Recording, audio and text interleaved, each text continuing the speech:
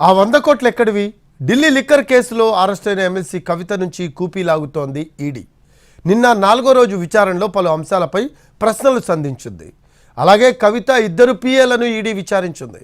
మరోవైపు తన అరెస్ట్ అక్రమం అంటూ కవిత వేసిన రిట్ పిటిషన్పై రేపు సుప్రీంకోర్టులో విచారణ జరగనుంది. ఢిల్లీ లిక్కర్ స్కామ్ కేసులో ఈడీ విచారణ కొనసాగుతోంది. ఎమ్మెల్సీ కవితను నిన్న 4వ రోజు కస్టడీలోకి తీసుకుని ప్రశ్నించారు.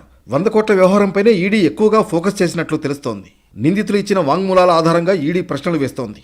అలాగే లిఖితపూర్వకంగా, మౌఖికంగా కవిత నుంచి వివరాలు సేకరిస్తున్నారు అధికారులు. లిక్కర్ పాలసీ, మనీ లాండరింగ్ కేసులో కవిత పాత్రపై మరోసారి ప్రశ్నించారు. ఇక లిక్కర్ కేసులో కవిత పిఏ రాజేష్, రోహిత్ను ఈడీ ప్రశ్నించింది. కవితను అరెస్ట్ చేసిన రోజు ఇద్దరి ఫోన్లను ఈడీ అధికారులు సీజ్ చేశారు. సాక్షులుగా పరిగణిస్తూ నోటీసులు పంపడంతో ఎంక్వైరీకి రాజేష్, రోహిత్ రావు హాజరయ్యారు. ఫోన్లో లాక్ తీయించి అందులోని సమాచారం ఆధారంగా ఈడీ ప్రశ్నించినట్లు తెలుస్తోంది. సాయంత్రం విచారణ పూర్తయిన తర్వాత కవితతో కేటీఆర్, లాయర్ మోహిత్ రావు సమావేశమయ్యారు.